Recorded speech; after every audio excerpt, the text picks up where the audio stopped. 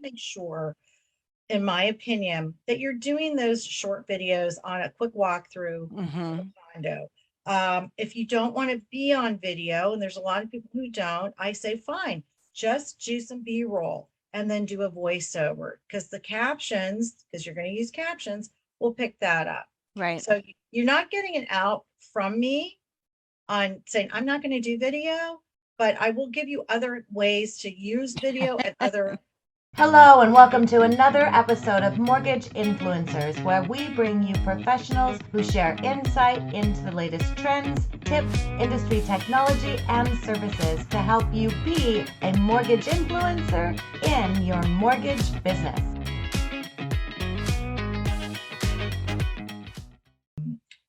Rehab loans.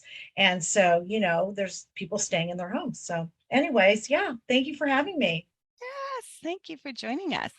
Okay, so with that, let's start a conversation. And I want to talk about the things that you're doing, first of all, with video. So, what are the things that you're doing, whether it's on TikTok or Mhm. Facebook or whatever? What are you doing right now that you're seeing reactions and you're getting, connections with? So, a few things. As an early adopter of video, and I mean really early, going live on Facebook when nobody was doing that at nonprofit events. I'm a big lifestyle person. So Nice. my brand is So Boca. I've built out a media company with that, along with my real estate business. And I am a huge fan of short form video. I think getting into YouTube is great. I love YouTube. I've got a couple of channels, but I love the short form. It fits my personality and my vibe. And I think for somebody wanting to jump into video, that's like the low hanging fruit. Practice it, delete it, practice it, delete it. How did I meet so many of the mutual friends that we have on Snapchat? Yeah. And that's short form video, Yeah. right? 15 seconds. So I love that. I think it's a great way to get your message out. You can be timely and trendy without the overwhelm of, oh my gosh, I have to do an 8 to 10 minute video on YouTube. I love YouTube and I like long form as well. But my day to day tends to be the Gary V Yep. way, which is I document my day. I talk a little bit about real estate. I talk a little bit about where I am in South Florida. I live in Boca, but I'm in the Tri-County area, so I might be in Miami one day, I could be in Palm Beaches one day. So I feel that short form, and in particular TikTok, is a great place for people to be. Obviously, Instagram short form, and YouTube has shorts, so why not? Yeah, and you can, click all of those off. So you said something very intriguing. You document your day. What does that look like? Depends. I don't always want to talk about real estate because it's a snooze fest, right? Right. I think you can talk enough about real estate so that people know you're a real estate agent. That is something that agents do need to remember. That is your bread and butter typically, and bring interesting items, to the videos. Documenting my day could look like going to a nonprofit event and showcasing what's going on there. For example, I was just recently at Habitat. Habitat Women Build is coming up across the country. If you're looking to get involved with a nonprofit that kind of ties back to real estate, that's a really great I love it. landing place, right? So they had a kickoff. They reached out to me and said, "Hey, can you come do some social media and blah blah blah?" And I'm probably going to participate in the build. I'm looking at the dates. That would be a way to document your day, or it could be as easy as me like filming my dogs, Benny and Brody.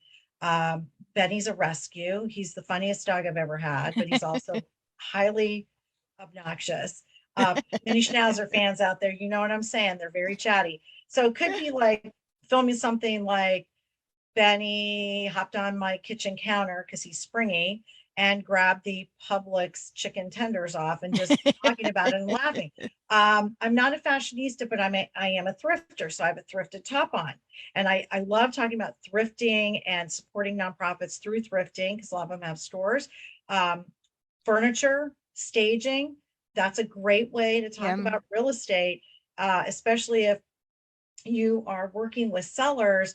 You could do tips on that. Like, listen, you don't have to keep all the furniture in your house. We can use your garage as a staging area, but at the same time, we could donate that and pick up a few key items that might really make your place pop. So there's a lot of things that you can do. I used to be the advocate of the mayor of your town. However, you can go a little too far, I think, and then people really don't know that you are in real estate. You Right. have to make sure, in my opinion, that you're doing those short videos on a quick walkthrough of Hmm. a condo. If you don't want to be on video, and there's a lot of people who don't, I say fine, just do some B-roll and then do a voiceover, because the captions, because you're going to use captions, will pick that up. Right. So you're not getting it out from me on saying I'm not going to do video, but I will give you other ways to use video and other social media ideas if you just simply will not do video. Yeah. And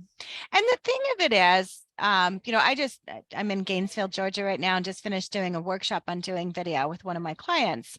And it's funny because I spoke at their corporate event last year. And so I had people come up to me and say, "Oh my gosh, I saw you last year." And I still haven't done a video. It's like, Yes, it's all an the entire time. year that goes by. And so having something else like, okay, maybe you don't feel comfortable on video. Although here's the thing, having you on video, seeing your face, seeing you in person, it creates that connection. And so that's part of your branding. That's part of who you are. And it's one of those things that we don't like seeing ourselves on video because we're not used to seeing ourselves like in 3D. And you just have to get over that. Yeah, That's how you show up. You don't go to a meeting going, "Oh, I really don't know how I look. I don't like how I look. I'm not going to go to a meeting." You go to the meeting, right? yeah. You go, I'm having a bad hair day. Let me use some dry shampoo and call it a day. Yeah. I mean, So that's the way it is. yeah, you don't not show up for life because you don't like how you look. And in video, it's like show up. You show up for life, show up for video. And so it's True. important to be able to have that.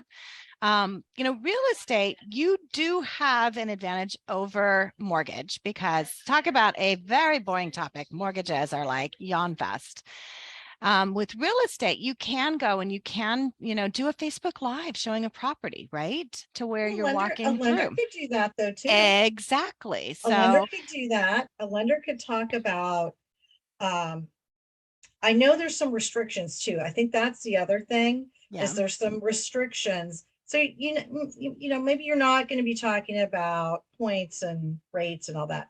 But if you have a hobby, for example, maybe you're a boater, you're a golfer, or whatever, position yourself as that lender in that niche. And all you're talking about is whatever your hobby is, and then drop in a few things that you're allowed to drop in, like let's face it, the media has gone nutso with the market is crashing. And those of us that actually went through the crash know it's not crashing. right. As a matter of fact, interest rates are still at a historical single digit low. Yeah, And that's what really needs to be out there.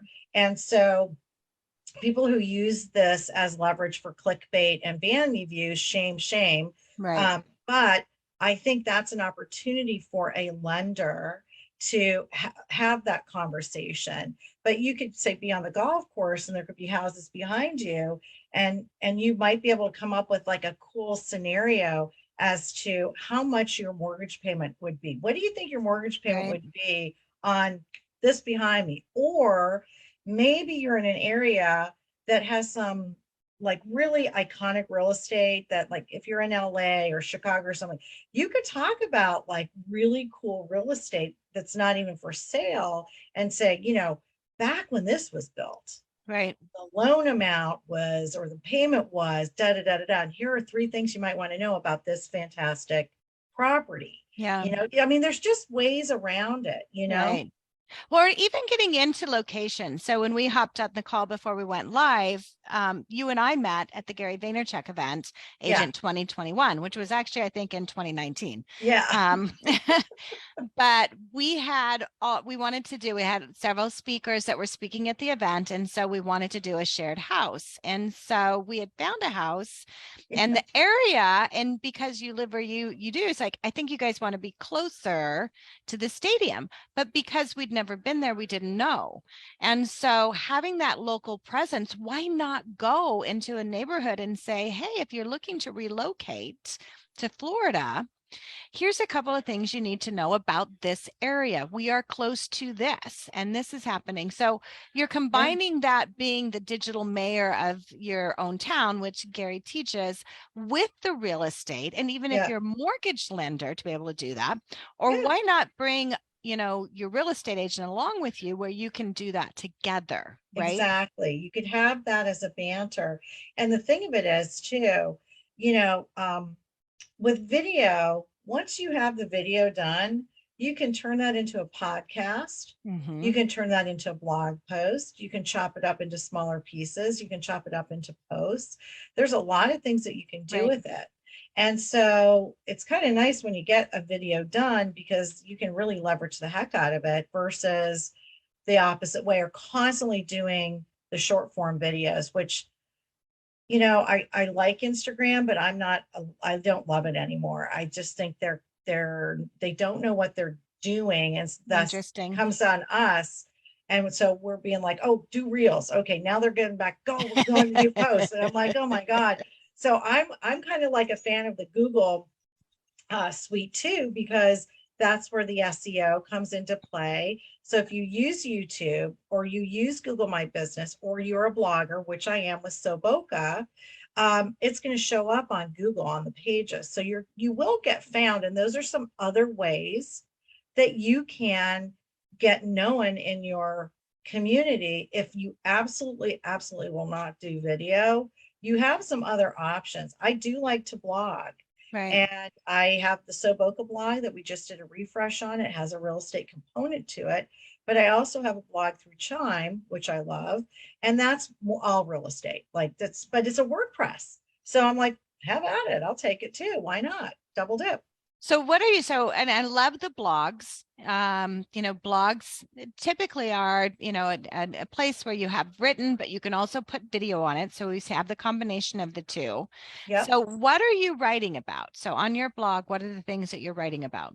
So as far as Soboka, we just did the refresh of it so that it was a little more consumer friendly. We write about city guides, location, weekend events, um, food, bars, lifestyle, real estate. So if you Nice. go to it, you'll see all of that, whether you're on your mobile or not. And then tucked right on top is the podcast, which we're relaunching a new season, my YouTube channel, and then I have my real estate, which is linked up to my Chime account because it's much more user friendly for the consumer to search real estate or get a home value report. But I make sure everything's embedded in my blog posts.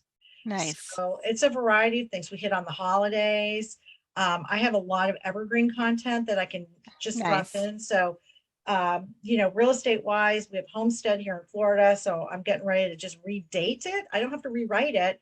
I'm just going to bring it up from Refresh it. last February. Yep. Yeah. And say, flop it in there and then push it out there. Make sure people are doing what they need to See, do and for that. that's brilliant. People think they have to always come up with something new, and you can repurpose. In fact, TikTok encourages you to repost your videos, and Yes, they they want to do. know that. Yes, they do. I love TikTok, but I haven't found my space on there in the sense that some other people who are highly successful with it are. I actually kind of need a space where I'm not working it.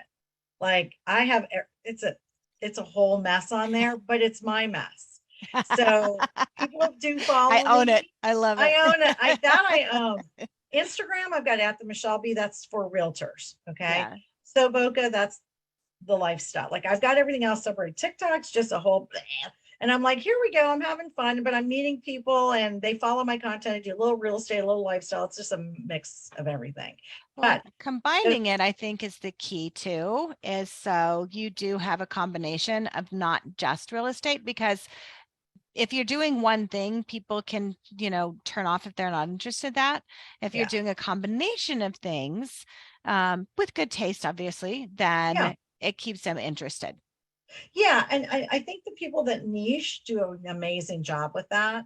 And I just never found my rhythm on that platform with it because it was during the pandemic. I just didn't get that focused on it. I was like, well, I'll just do this, I'll do whatever. But those people that really get it, like uh, Greg Las Vegas, he gets it. Like he's fantastic with it, you Yeah. know? So there's people that I follow. I'm just like, oh, this is great. But I really like TikTok for my entertainment these days.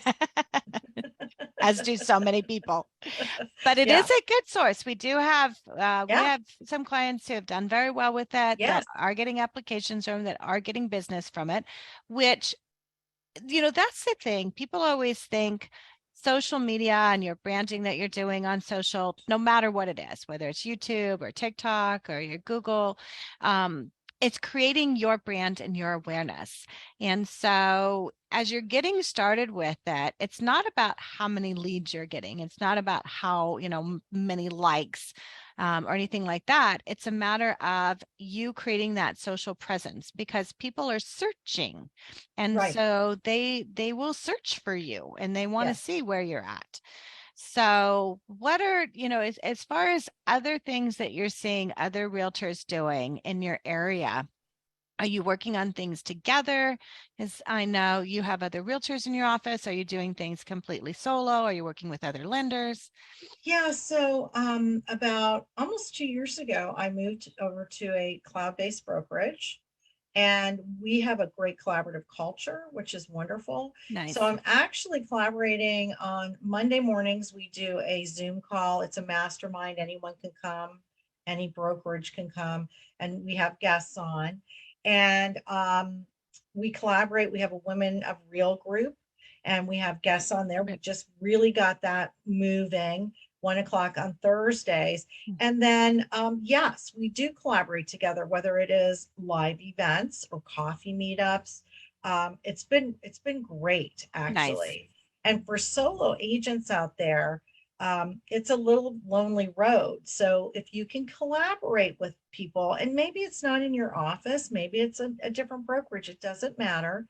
Just get out and have conversations. I'll Right. tell you, one of the best places for me that I landed during the pandemic was on Clubhouse. Really? Oh my God. Remember like the Snapchat, like how we all kind of got to know each other? Yeah. Take that. And this was like on steroids. And December 2020, I was allowed into Clubhouse, which was the app. It was the invite only audio, social Yeah. audio app. Got in there and oh my goodness, I have met some amazing agents that I've never met before, Glenda Baker being one of them, Nice. and who's a huge TikTok star, and she's wonderful. We ended up in these mastermind rooms, and Nice. we are still 3 times a week, if not more, we mastermind. So we're all from different areas. Some of us are in the same areas. It doesn't matter. We've taken that competition and moved that over and said, I listen, love it. let's Yeah. strategize. Let's talk this through. Um, I have a listing and this is what's going on. Or I have a buyer and I can't seem to get this like that. Big topic of conversation right now is Phil M. Jones, the exactly what to say books that he has. So we've Uh, had a lot of conversation about that. So the nice thing is that we stay very timely and versus just a video. We actually are live talking every morning at 7 o'clock. nice. Yeah. Yeah. And I love the idea of doing a mastermind. So creating a mastermind group where you truly are, working through, whether it's talking about properties, for our audience, talking about loan programs, all of those kind of things. Creating that community is so important to be able to do that and to do problem solving. And you can do it virtually. So it doesn't have Yeah, to be something that's absolutely. live. Yeah, Cool. absolutely. Yep. So tell me about your podcast, because we have a lot on the lending side that are getting into a podcast. We've just put together and produced some podcasts for clients. What are you talking about on your podcast? So I've had my podcast probably since 2018 and it was scattered. Then I went to Podfest and I understood I had to have more of a format, more of a structure, have my guests. When I started, I was doing one-offs. Instead, I'll do my podcast and block out like 3 or 4 episodes so that I got enough to roll. One of the things I did though is I reinvented the name this year called Real Estate Reinvention Podcast. It's Nice. mostly moving forward going to be women entrepreneurs, women in real estate, and tying back into niches and how you pivoted in your business, whether it's realtor, lender, or a womanpreneur. In the past, I've had some great guests, and we talk about all things real estate, marketing, branding, social media.